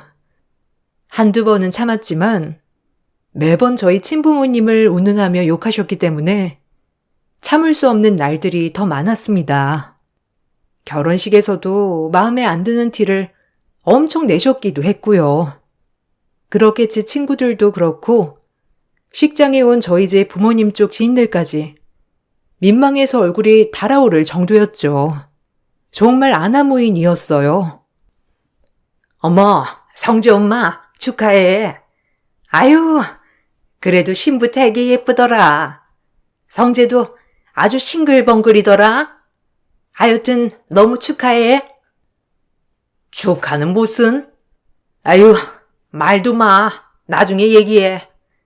나 진짜 쟤 너무 마음에 안 드는데 성재가 하도 난리쳐서 억지로 시키는 거야. 식장이니까 나중에 우리 집에 오면 내가 자세히 얘기해 줄게. 하여튼 와줘서 너무 고마워. 밥 꼭 먹고 가고, 알겠지? 야, 너네 시엄마 진짜 너무하는 거 아니야? 아니, 지 얼굴에 침 뱉기지. 그게 뭐야 도대체? 결혼식장에서 떠벌리는 것도 아니고. 아, 원래 그러셔. 그냥 신경 쓰지 마. 그래도 좀 나아지시겠지 뭐. 어차피 같이 사는 것도 아니고 따로 살 건데 뭐. 네가 고생이 많겠다 진짜. 아유, 그래도 오늘 너무 예뻐. 결혼 축하해 유진아. 세상에서 제일 행복한 신부가 되길. 오죽했으면 제 친구들도 신부 대기실에 와서 시어머니의 만행을 저에게 말해 주었죠. 기가 막혔습니다. 천박스럽기도 했고요. 매번 오는 지인들을 붙잡고 신부 마음에 안 든다고 하소연을 하셨더래요. 저희 엄마 아빠가 그 모습을 보시고 얼마나 당황하셨는지 저까지 죄송해지더라고요. 엄마 아빠는 행여나 저를 안 좋게 보는데 엄마 아빠까지 나서면 저를 더 안 좋게 볼까봐 참으셨다고 하더라고요. 대신 결혼식이 끝나고 남편에게 아빠가 한 소리를 하셨죠. 얼마나 꾹꾹 참았다가 하셨는지 알 것 같더라고요. 자네, 어머니가 유진이 안 좋게 보는 거 다 아는데 남편이 옆에서 중재 잘해줬으면 하네. 자네 하나 믿고 시집 갔는데 지금까지 그런 소리를 들어야겠나? 하여튼 지켜볼 거야. 우리 유진이는 내 친딸이나 다름없으니 눈에 눈물 나게 하는 일 없도록 하게. 네, 아버님, 죄송합니다. 저희 엄마가 유진이 힘들게 하지 않도록 제가 옆에서 많이 노력할게요. 지켜봐 주세요. 아유, 내가 진짜 창피해서 원. 자네 믿고 결혼시켰는데 유진이 앞날이 안 봐도 훤해. 어쨌든 유진이 눈에 눈물 나는 날엔 내가 가만 안 있을 거야. 아유, 창피해. 자네 어머님, 하여튼 정말 매너가 너무 없으신 것 같아. 김서방이 조심 좀 시켜줘. 그렇게 험난한 결혼 생활에 막이 열렸죠. 시어머니는 더 대단했어요. 매번 말도 없이 저희 집에 찾아오는 것은 기본이었고, 오자마자 집을 뒤지며 매번 살림살이에 터치를 하시곤 하였죠. 집에 들어가는 길에 두려울 정도일 때도 있었어요. 오늘은 오셨을까? 오늘은 안 오셨을까? 매번 이렇게 스트레스를 받았죠. 일 끝나고 집에 오는 날에 깜짝 놀라는 날도 허다했고요. 어머, 깜짝이야. 아니, 어머님, 언제 오셨어요? 말도 안 하시고, 현관 비밀번호는 어떻게 아신 거예요? 아, 놀래라. 내가 우리 아들 집 오는데 너한테 보고하고 와야 하니? 아니, 성재밥은 잘 차려주는 거야? 집안꼴이 이게 뭐니? 냉장고 안은 이게 뭐고, 빵 쪼가리에 죄다 과일. 아니, 밥은 안 먹고 사냐? 우리 성재가 밥심으로 사는 거 몰라서 그래? 네? 아니, 성재씨, 아침 안 먹고 다녔다고 하던데요? 그리고 저녁은 저희가 알아서 잘 차려 먹고 있어요. 그리고 사람 없는 집에 이렇게 불쑥불쑥 오시는 거 좀 아닌 것 같네요, 어머니. 다음번에 저 있을 때 예고하고 와주세요. 이러시면 너무 불편해요. 뭐야? 아이고, 내가 하다 별. 너까지 것한테 내가 허락을 받아야 한다고? 내가 왜? 우리 아들이 산 집인데 내가 네가 뭐라고 너한테 허락받아야 해? 아주 웃기는 애네 이거. 내가 이러려고 너랑 결혼 허락한 줄 알아? 내 아들 뺏기고는 못 살아. 성재 씨가 산 집 아니고요. 엄연히 대출이라 저희들이 힘 모아서 갚고 있는 거고요. 여하튼 성재 씨한테 말해 놓을게요. 이렇게 어머님 불쑥 오시는 거 안 했으면 좋겠다고. 식사하셨어요? 성재 씨 오면 식사하시고 가실 거죠? 저녁 준비하게요. 기다리세요. 이렇게 매번 와서 제 속을 뒤집어 놓으셨죠. 그릇은 얼마나 뒤지셨는지 주방도 엉망이고 심지어는 제 옷장에 옷들까지 뒤져대셨습니다. 그리고 모든 것이 마음에 안 들다는 듯이 항상 꼬투리를 잡으셨죠. 따로 살아도 같이 사는 느낌이었죠. 이럴 바엔 같이 살아도 되겠다 싶을 정도였어요.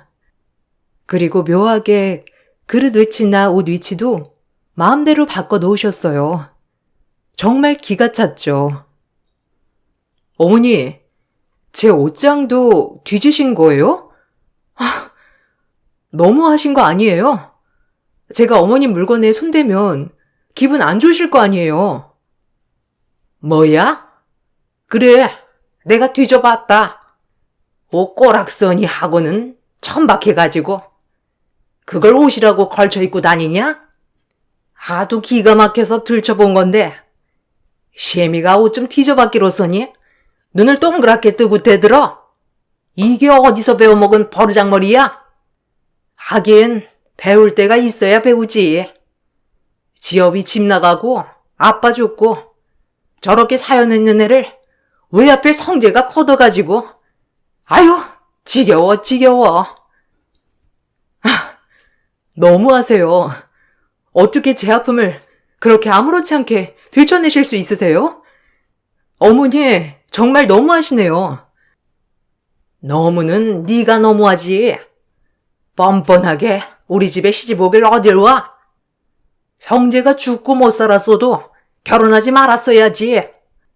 아주 너 머리부터 발끝까지 마음에 안 든다. 어미가 어떤 사람인지도 모르는데 그 핏줄이 나중에 어떨 줄 알고. 아유, 불결하지 아주. 성재 씨도 아버지 없는 건 마찬가지 아닌가요? 어디 가서 성재 씨가 그런 소리 들으면 어머님 마음이 어떻겠어요? 제발 작작하세요. 어머, 아주 사람 잡네.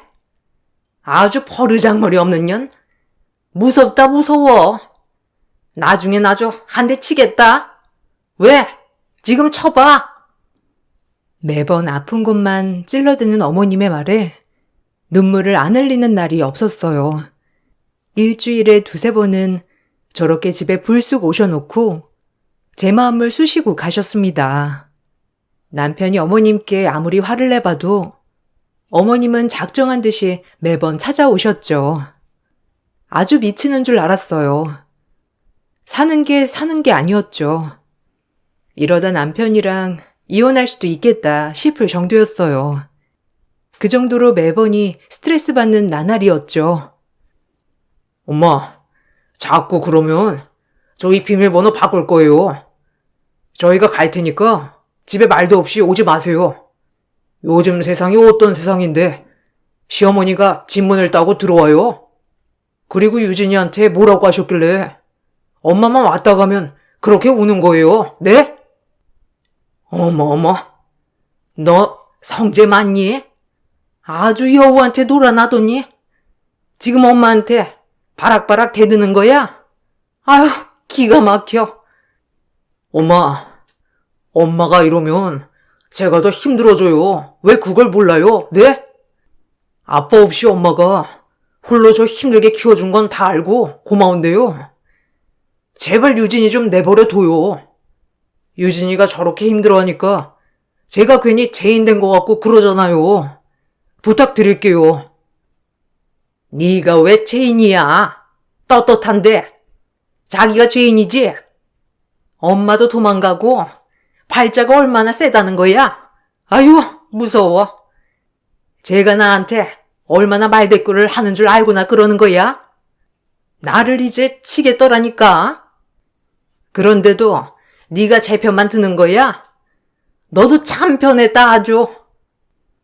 하지만 시어머니는 그때뿐이었죠.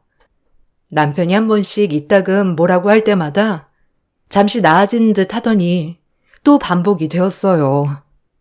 제가 남편과 이혼하지 않는 이상 어머님은 끝날 줄은 몰랐죠. 그렇게 제 가슴이 멍이 들고 있었어요. 매일이 행복할 줄 알았던 결혼 생활이 이렇게 매번 살얼음판을 걷는 줄 알았으면 결혼하지 않았을 텐데 라는 생각도 들었고, 왜 우리 친엄마는 나를 두고 집을 나가서 이렇게 내 평생 도움이 안 되는지 철저하게 원망스러웠어요. 아마 지금도 잘 살고 있겠지? 라는 원망과 함께 눈물을 집어 삼켜야 했어요. 어려서부터 매번 눈치만 보고 지금까지 이렇게 스트레스를 받으니 이게 마음의 병이 되었죠. 자기야, 나 요새 목에 멍울 같은 게 잡힌다? 아니, 림프암인가?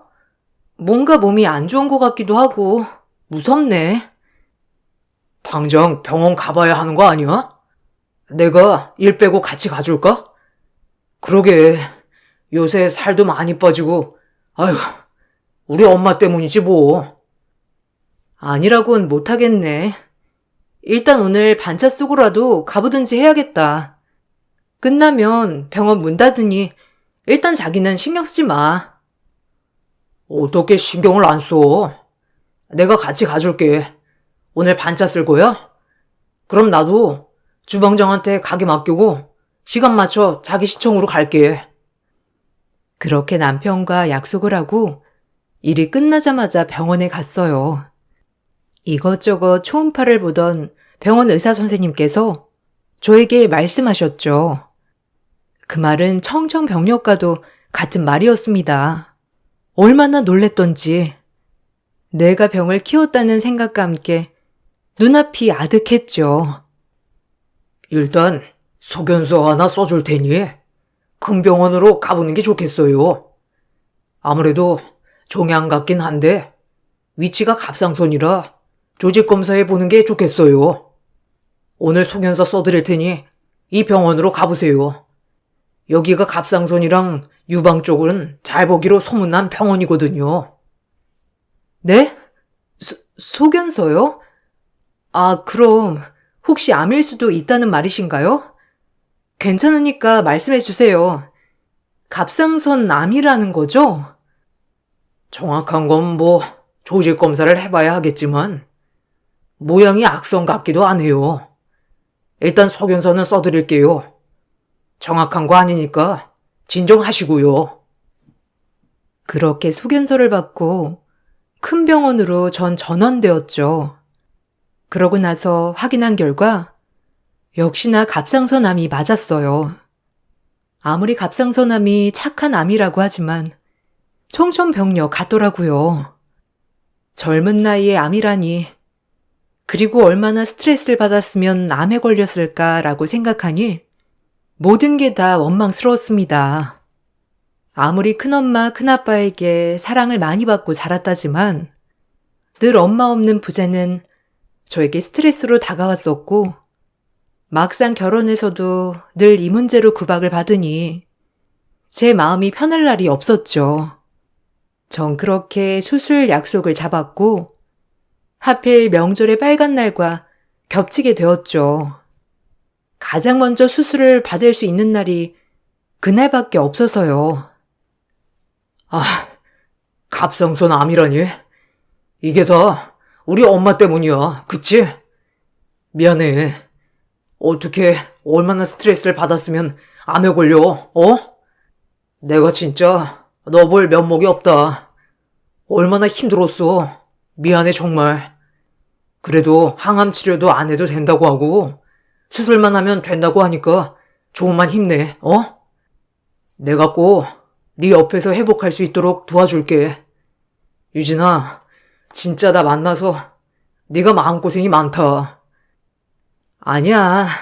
자기도 중간에서 참 힘들었지? 괜찮아. 이제 스트레스 받지 말아야지.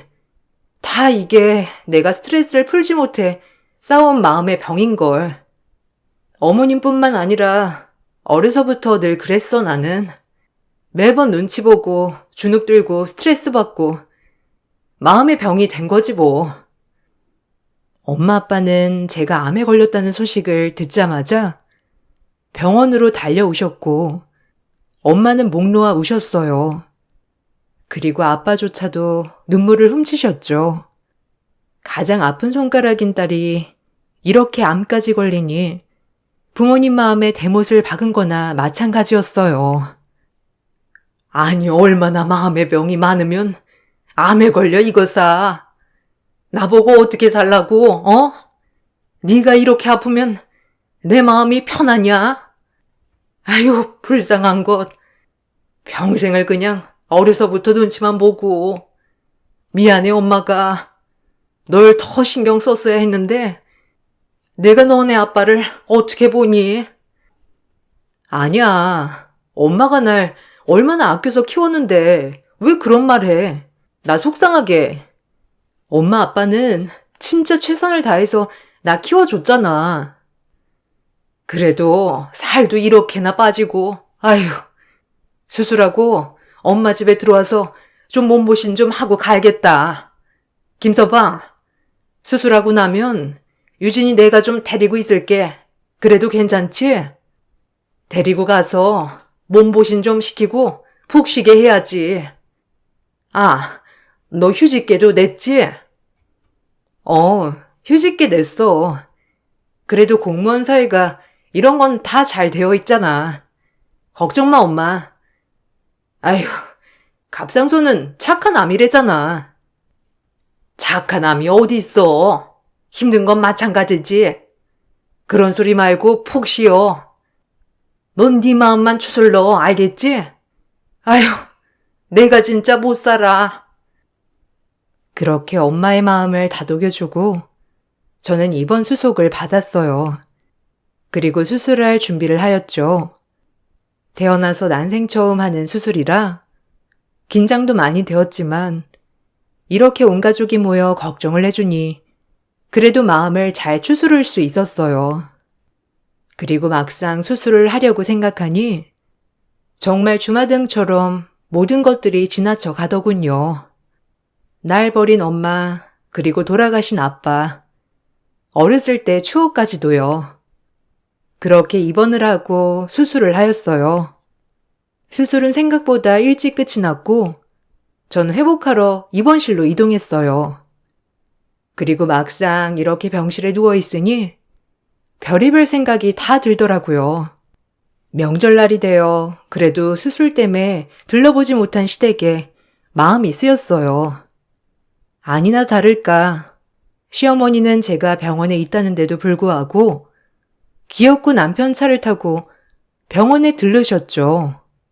남편에겐 저의 병문안을 간다고 하면서 말이에요. 남편은 처음에 어머니를 말렸지만 어머니가 한사코 간다고 하시는 바람에 결국 어머님을 데리고 왔어요. 그래도 며느리가 누워있는데 이런 전이나 이런 거 맛은 봐야지. 거기 어디냐? 나 좀 데리고 병원에 앞장서라. 엄마가 가보게요? 아니에요. 그냥 음식만 싸주세요. 제가 전달해 줄게요. 유진이 지금 힘들어하는데 나중에 오세요. 며느리가 병원에 입원했다는데 나보고 뭐 가만히 있으라는 거야? 그래도 가야지. 앞장서 얼른. 전 좀 챙길 테니 시동 걸어라. 남편은 시어머니가 웬일이지? 라고 생각하다가 그래도 유진이가 아프니 마음이 약해지셨다고 생각했다고 하더라고요. 그래서 남편은 이제야 어머니와 유진이가 행복하게 지낼 수 있겠구나 생각하고 들뜬 마음으로 차 시동을 걸었다고 했죠. 그렇게 병실 문이 열리고 시어머니는 몹시 상기된 얼굴이었어요. 그 얼굴을 보고 저조차도 놀랐습니다. 너무 화가 난 표정이어서요. 아, 어머니 오셨어요? 제가 하필 명절에 수술하게 돼서 죄송해요. 혼자 명절 준비하느라 힘드셨죠? 그래도 여기까지 와주시고. 아이고, 아프다고 하더니 얼굴이 폈구나.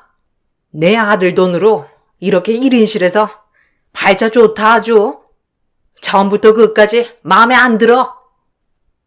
시어머니는 말이 끝나자마자 가지고 오신 동태전들을 제 얼굴에 집어 던졌습니다. 전 이게 무슨 일인지 어안이 벙벙해하며 전을 그대로 맞았죠.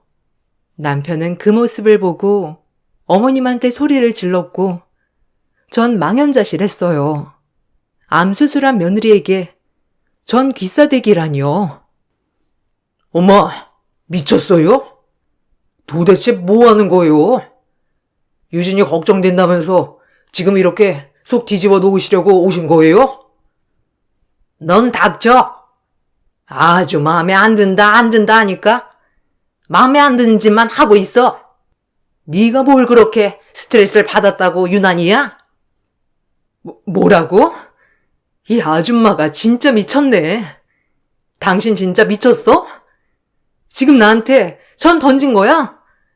그래, 당신은 원래 이런 사람이었지. 전 당장 이 아줌마를 끌어내려고 비상호출벨을 눌렀어요. 비상호출벨이 눌리자마자 병원의 부원장님이 달려오셨고요. 지금 이 모습을 보더니 눈이 돌았는지 시모의 기싸대기를 날렸습니다. 저 역시도 놀라긴 마찬가지였고요. 왜 부원장님이 어머머, 당신 미쳤어? 당신이 뭔데 내 뺨을 쳐? 어? 당신이 뭔데 내 뺨을 치냔 말이야? 인연이랑 한패야? 내 딸한테 무슨 짓이야? 배워먹지도 못한 년이? 어디서 내 딸에게 전을 집어던지고 이 난리야? 넌 더 맞아야 돼. 내 엄마라고 칭한 부원장이란 의사는 시어머니의 머리채를 잡고 흔들었죠.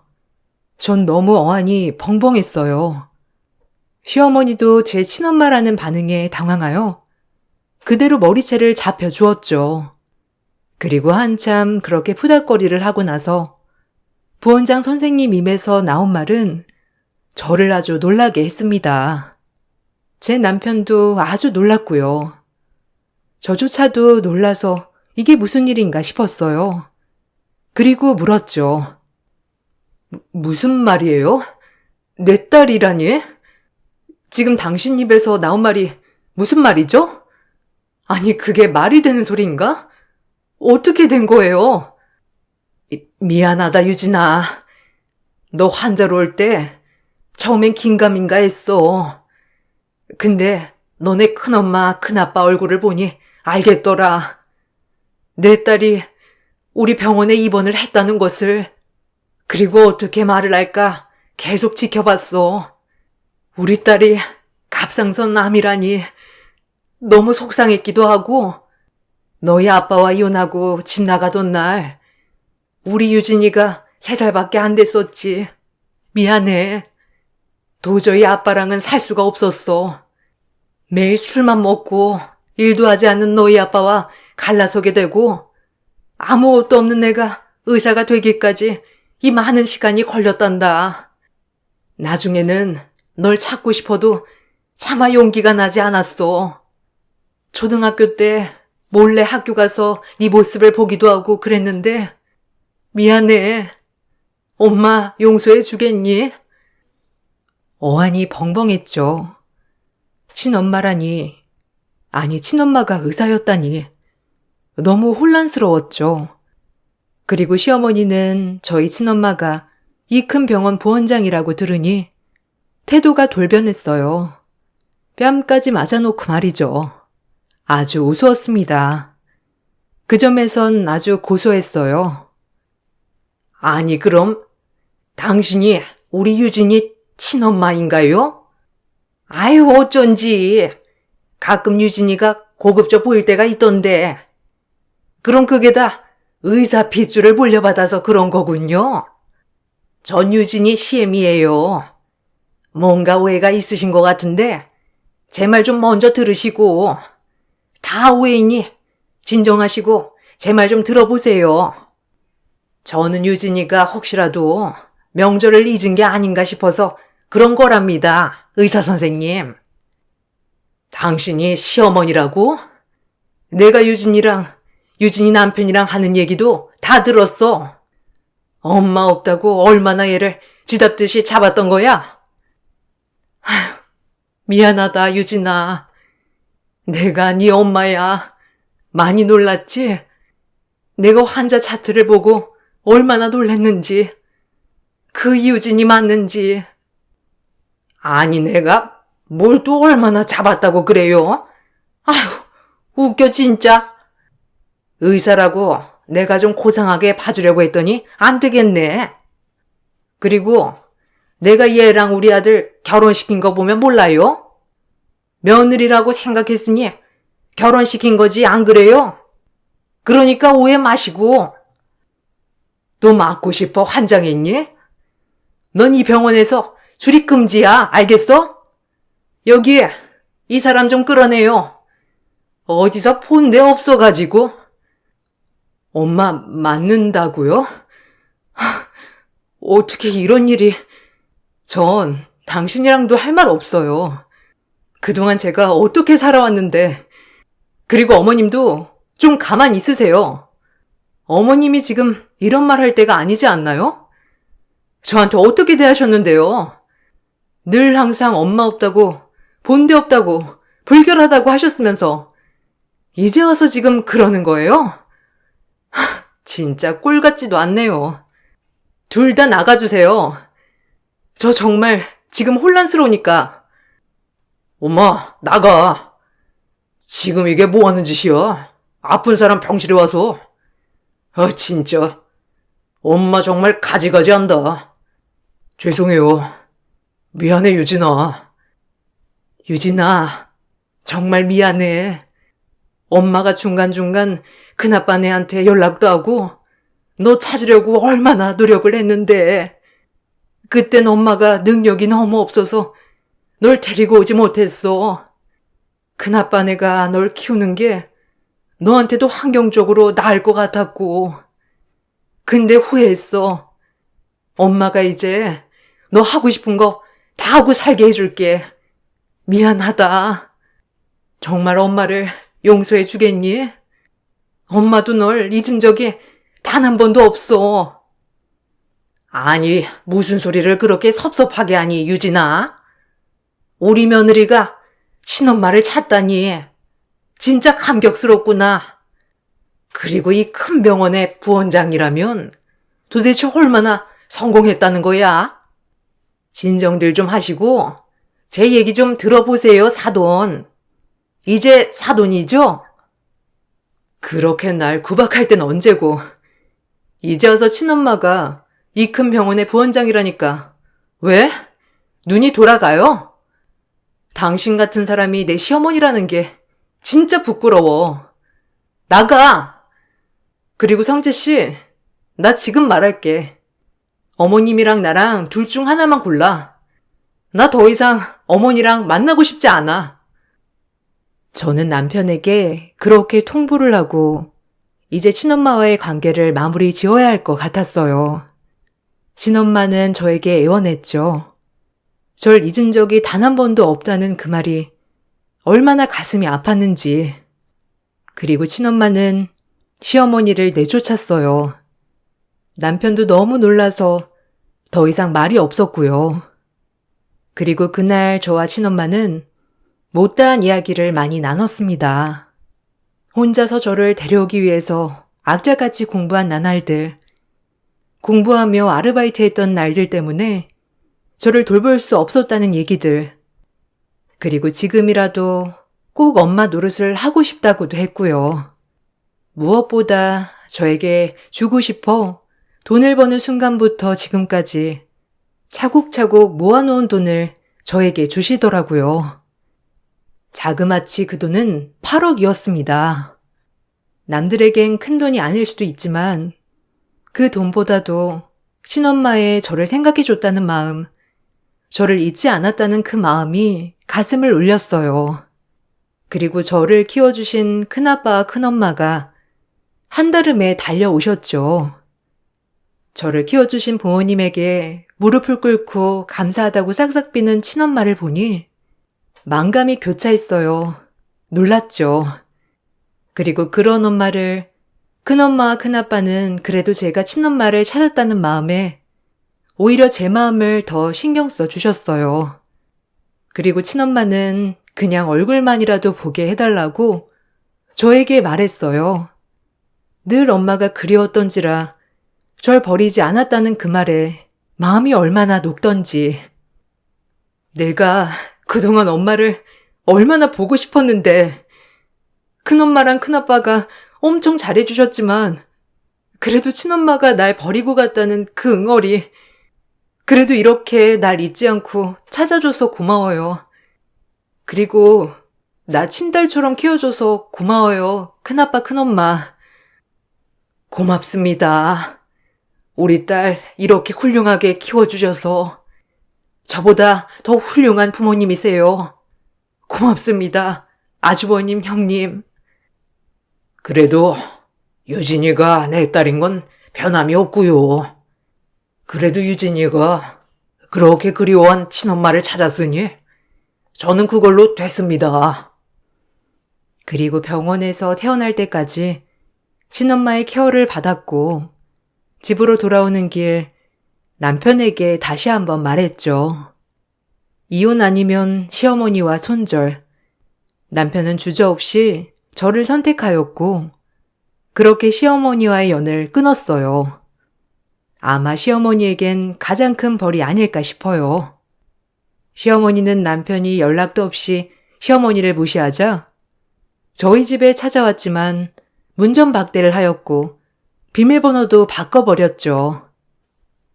야, 문 안 열어? 너 부원장 친엄마 얻었다고 막 나가는 거니? 그래봤자 한부모 가정주제에 네가 나를 이렇게 등한시해? 조용히 해, 이 아줌마야. 당신 아들도 이제 등 돌렸고 당신은 영원히 혼자야. 내가 왜 암에 걸렸는데 다신 찾아오지 마. 한 번 더 찾아오면 경찰 부를 줄 알아. 알겠어? 이제 혼자 외롭게 쓸쓸히 늙어가 봐. 알겠지? 다신 오지 마, 다신! 시어머니는 할 말을 잃은 듯이 터덜터덜 돌아갔고 남편도 저에게 그렇게 병실에서 하는 모습을 보고 자기 엄마를 보고 싶지 않다고 했고요. 그렇게 저희는 정리가 되었어요. 암에 걸린 덕분에 친엄마를 찾았다고 할까요? 아니면 만날 인연이라 만났던 걸까요? 전 간간히 친엄마도 만나고 지내고 있어요. 물론 아직까지 마음속에 나의 부모님은 큰엄마 큰아빠라고 생각하고 있고요. 이젠 생각을 바꿔서 저에겐 부모님이 4명이 있다고 생각하며 긍정적으로 살고 있습니다. 제가 밝아진 모습에 남편도 좋아하고요. 지금이 제일 행복한 시기인 것 같아요. 시간이 많이 흘렀지만 아직도 시어머니의 만행들은 지금 생각해도 부글부글 끓습니다. 남편의 속마음은 어떨지 모르지만 제 앞에서는 저 자신을 제일 위한다고 말을 하고 있고요. 전 다신 보고 싶지도 않아요. 늘 눈팅만 하다가 한번 제 이야기도 써봤는데 제가 겪은 일이지만 별의별 생각이 또 드네요. 지금까지 제 이야기 들어주셔서 감사합니다.